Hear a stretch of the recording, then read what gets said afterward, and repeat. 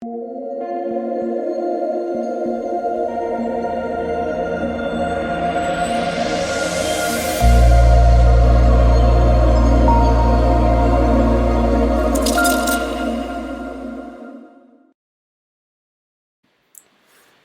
what is going on, guys? It's DK. Back at you with another video here to predict the Monday Night Football Showdown slate between the Seahawks and the Eagles. Before I get into the video, if you guys are new to the channel, my name is DK. I make daily videos breaking down NBA, NFL, PGA, and esports, daily and fantasy sports slates. If you guys will notice, I do not have the green screen set up yet, or I do have it up in the background, but trying to mess with the lighting, so for now you're just going to see the actual background. So I'll try to apologize for that. I'll try to get that going for future videos.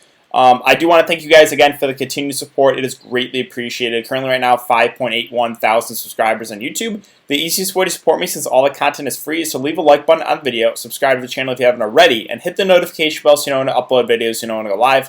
As always, I will be live streaming 30 minutes before lock on my YouTube channel, going over everything, answering all your guys' questions, talking about roster construction, so it's very, very important to check out the live stream. And if you guys cannot watch these videos, I do upload on Apple Podcasts. Link is in the description below, which is the DK DFS show. But with that out of the way, let's jump into the video. So before we talk about players and their prices for Monday's Showdown slate, let's quickly look back at my lineup here from last Monday's Showdown slate, which was the Bucks and the Rams, and it went pretty well for me. My lineup was, talked about this in the live stream, but the two guys I liked the most at wide receiver were Godwin and Kupp.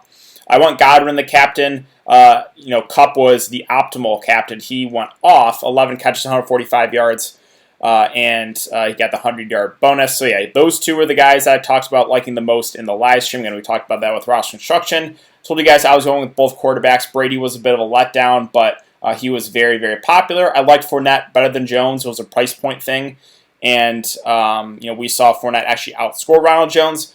And then finally, I talked about Gerald Everett for value, one of my favorite value plays. So yeah, all in all, it was a pretty solid night for me. Hope you guys had a good night as well, and let's see if we can keep it going for tomorrow. So let's take a look at the Vegas odds as well as the snap counts for each team, and then we can get to the player-by-player breakdown. So again, Seahawks Eagles is a 49 over under. The Seahawks are currently 6.5-point favorites. So let's take a look at the Seahawks and running back, their snap distribution last game. So this was when Chris Carson was out. It was Hyde basically being the main guy, the bell cow back, played 70% of the snaps, with DJ Dallas and Bo Scarborough being worked in a bit.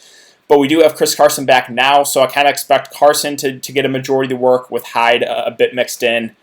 So that's what I'm expecting for tomorrow. As far as wide receivers for Seattle, it's pretty clear cut, right? We have Metcalf, we have Lockett. They will play the majority of the game now.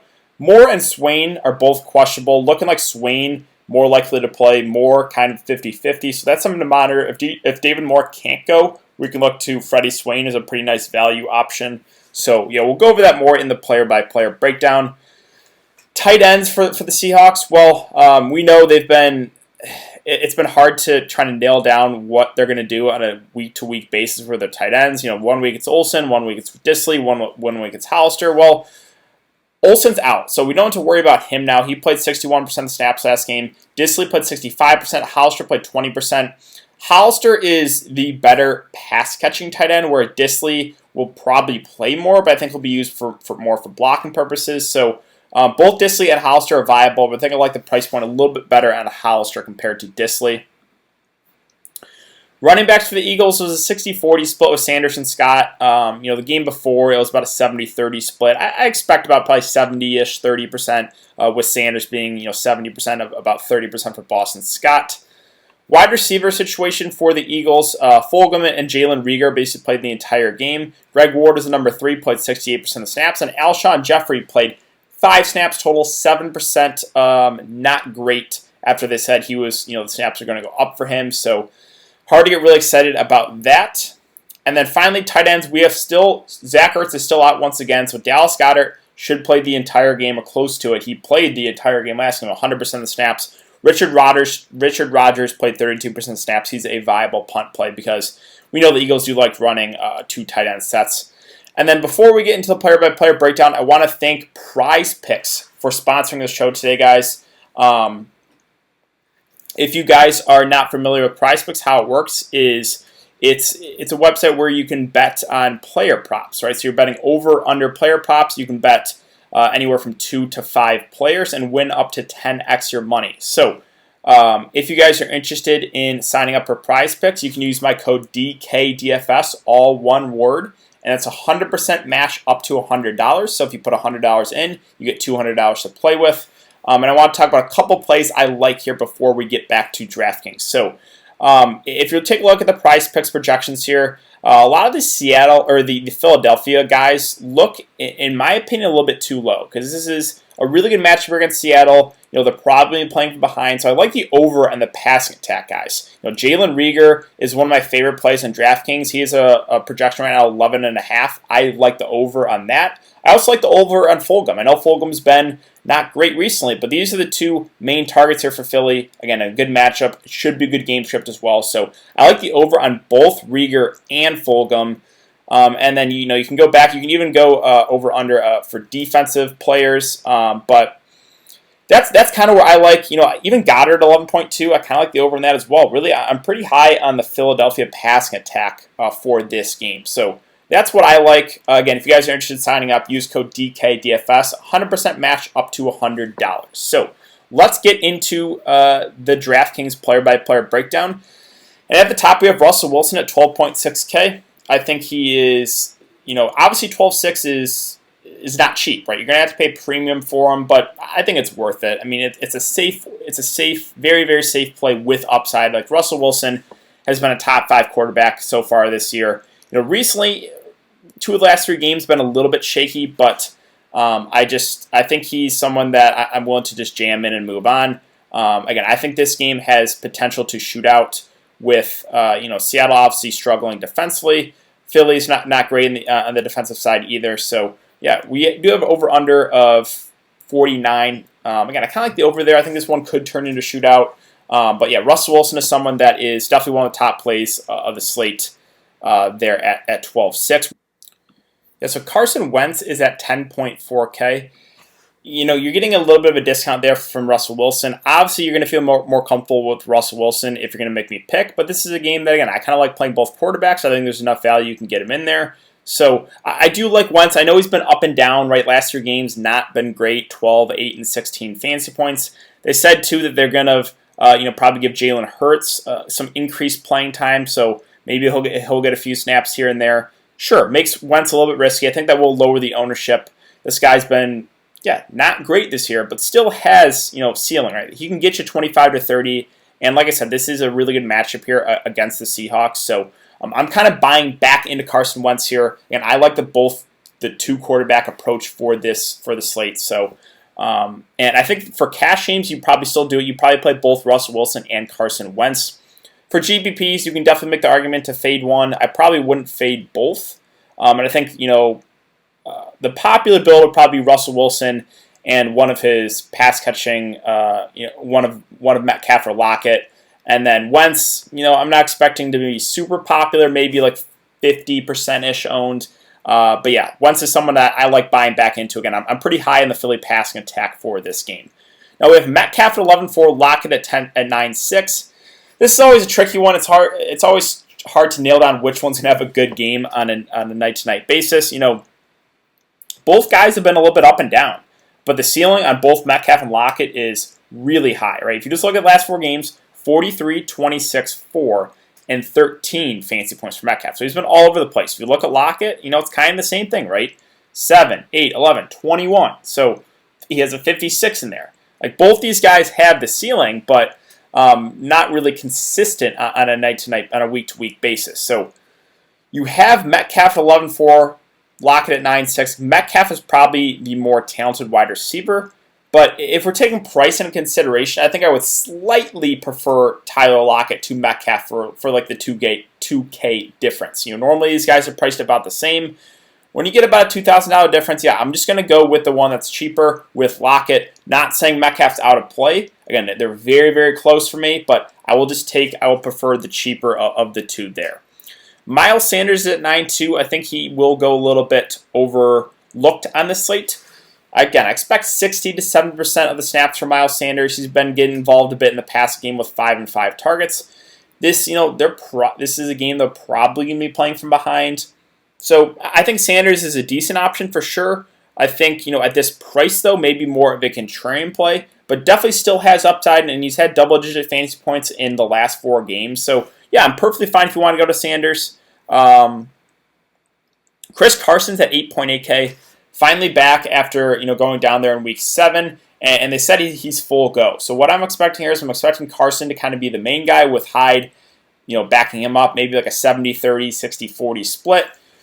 The good thing with Chris Carson when he was playing, he was getting targeted a lot more this year. Last year he was a guy that was rarely targeted, if at all. But, you're seeing a healthy amount of targets from him, 6, 3, 3, 4, 7 targets. So Carson's the guy that, if you're not buying into the Philadelphia offense and you just want to go a full Seattle stack, then I get it, right? Like that, you could argue that's a safe way to go about this slate. Is, you go Russell Wilson, you pair him with either Lockett or Metcalf, and you play Chris Carson. You kind of go a full Seattle stack and maybe run it back with like a cheap wide receiver from Philly. Like, I don't hate that approach. If you think Seattle dominates this game, that's probably the build you want to go with. Yeah, they have Hurts at 7-2. I mean, he'll probably get a few snaps here and there, maybe some wildcat, but nothing you can go to unless surprisingly we get news that they're going to bench Wentz. But yeah, again, I'm kind of buying into Philly and this pass catching unit here. Carlos Hyde's at 7K. I think he's just more of a contrarian play. He had a nice week last week with no Chris Carson, but Carson being back, it hurts Hyde's upside. Like, he was kind of the bell cow that last game. Not expecting that for this game, so I would rather play Carson than Hyde. I think this is a little too pricey there. Now we get to the Philadelphia wide receivers, and I like all 3 of these pass catchers with Fulgham, Goddard, and Rieger a lot. Fulgham's at 6'8". I know he's been bad last couple games, right, with only 1 catch, but he's still playing a majority of the game. He had 5 and 7 targets, and again, this is a good matchup, and they should be playing from behind, so I do like Travis Fulgham a lot. I like Jalen Rieger a lot at 5'8". The rookie, we haven't really seen a huge game from him yet, but they are giving, the snaps are slowly going up on him even more. He's been explosive. I like Jalen Rieger a lot. He is definitely one of my favorite plays here at the slate, both him and Fulgham. And I like Goddard, too, at 6'4". Like, all 3 of these guys are the main guys, right? Alshon not going to play a ton. Greg Ward will obviously, play a bit, but it's Goddard, it's Fulgham, and it's Jalen Rieger in a good matchup and a game they're probably playing from behind. So sign me up for all these Philadelphia guys. Obviously, you don't have to play all 3, but I think getting to 1 or 2 of those guys for, in the mid-tier is probably a good way to go about it. So yeah, Fulgham, Goddard, Jalen Rieger, I like all 3 a lot here in the mid-range. Greg Ward's at 5'2", definitely still in play. I like the upside a little bit more with Fulgham and Rieger and Goddard. Just because they're playing basically the entire game, whereas Ward is playing about 60 to 70% of the snaps. So I'm fine with Ward, but I think I would slightly prefer those other guys I just mentioned. Now David Moore's at 4.6. His status is up in the air. If he can't go, we'll talk about Freddie Swain. Freddie Swain would then become one of the better value plays of the slate. If David Moore does play, well, I think he's a fine option here at 4.6. He's been their clear number 3 guy. Obviously does not possess the upside as Metcalf and Lockett, but he's still playing about half the game. He played 56% of the snaps that last game. Targets and catches are not great, but I think he's someone that is in consideration here at 4.6K. As far as the kickers go with Myers and Elliott, both guys viable. I think I would prefer Myers here. I feel a little bit more comfortable with Seattle's offense. This is a game that they're probably playing from ahead. So for that reason, I would slightly prefer Myers to Elliott. Defenses, we have the Seahawks here at 3.8. Again, they have not been great this year, but Wentz has been a turnover machine recently. So I get it if you want to go Seahawks, right? If you want to go that build, if you think Seattle dominates this game and Philadelphia continues to struggle, then I think building a lineup with like Russell Wilson, one of his pass catchers, Carson, and maybe the Seattle defense, right? Like, I think that's a build you probably go with if you think Seattle really does dominate this game. Now, we have Disley at 3.6 in play here with no Greg Olsen, but I think they're going to go with Hollister as more as the pass-catching tight end and with Disley more the blocking guy. Disley will probably play more, but I think I like the price a little bit more on Hollister. Not saying Disley's out of play, Again, with Olsen being out, I think that does help him a bit, but I think it helps Hollister a bit more, and he is cheaper. With the Eagles defense at 2.8, I'm probably not going there. Sure, if Russell Wilson can throw a pick six, that's probably what you need, but for single entry, I just can't do it. Now, Richard Rodgers is at 1.8K. No Zach Ertz, so he will still be the number 2 tight end. I expect probably 30-ish% of the snaps. He played a little over 30% that last game. He had 2 catches, 2 targets, and a touchdown. He's someone that is viable. You're not going to feel amazing about it, but below 2K, you don't need a ton from him. It's definitely playable. Alshon's at 1.6, just a contrarian play right now. Again, he played not a lot that last game. Let's just say that, right? 7% of the snaps. If you go to week 10, he started with, what did he play? He played 27%. And then went all the way down to 7% the last game. So that's not a promising sign. If you want to buy into Alshon and hope he gets more snaps, I guess you can do it. Again, it's just a contrarian play, though, based off what we've seen from him this year.